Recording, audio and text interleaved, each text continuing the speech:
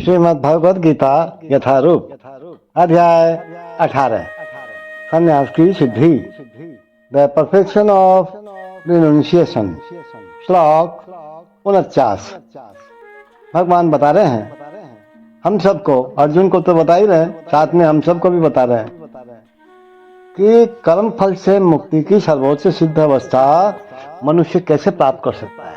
कर्म फल से असत्य बुद्धि सर्वत्र जितात्मा विगत स्पृह नैषि कर्म सिद्धिं परमां संन्यासेनाधि गच्छति।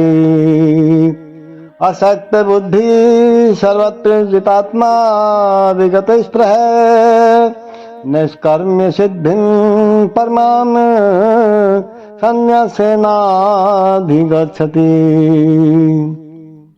जो आत्म संयमी तथा अनासक्त है एवं जो समस्त भौतिक भोगों की परवाह नहीं करता, वह संन्यास के अभ्यास द्वारा कर्म फल से मुक्ति की सर्वोच्च सिद्ध अवस्था प्राप्त कर सकता है।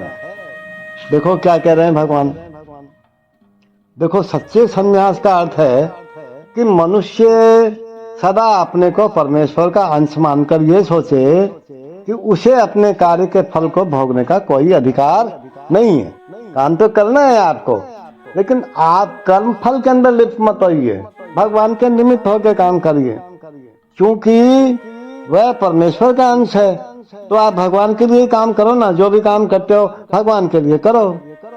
जैसी भी वृत्ति है, जैसा भी स्वभाव है, जैसे भी वर्ण में जन्म लिया है, उसके अनुसार काम करो और सभी समय हर समय भगवान के निमित्त मान के करो।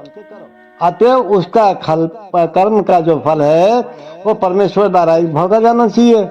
यही वास्तव में कृष्ण भावनामृत है। इसी को कृष्ण भावनामृत बोलते हैं। जो व्यक्ति कृष्ण भावनामृत में स्थित होकर कर्म करता है वही वास्तव में सन्यासी है। ऐसी मनोवृत्ति होने से मनुष्य संतुष्ट रहता है, क्योंकि वह वास्तव में भगवान के लिए काम कर रहा है। तो इस प्रकार वह किसी भी भौतिक वस्तु के लिए आसक्त नहीं होता। वह भगवान की सेवा से प्राप्त दिव्य सुख से परे किसी भी वस्तु में आनंद न लेने का आदी हो जाता है। उसको भगवान में ही मजा आएगा, भगवान में ही आनंद आएगा। सन्यासी को पूर्व कार्यकलापों के बंधन से मुक्त माना जाता है।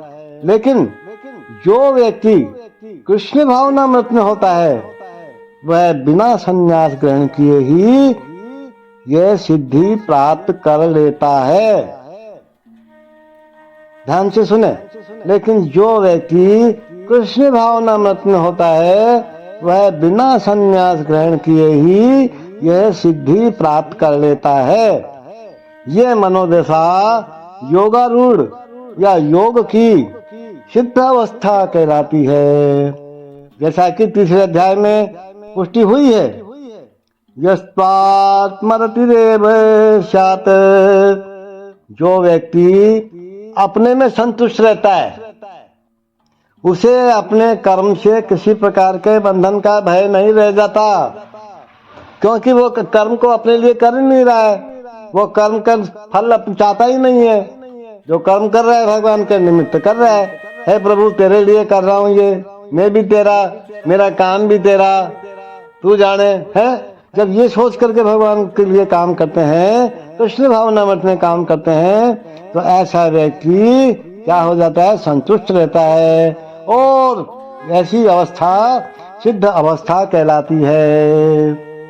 One who is self-controlled and unattached and who disregards all material enjoyments can obtain by practice of renunciation the highest perfect stage of freedom from reactions.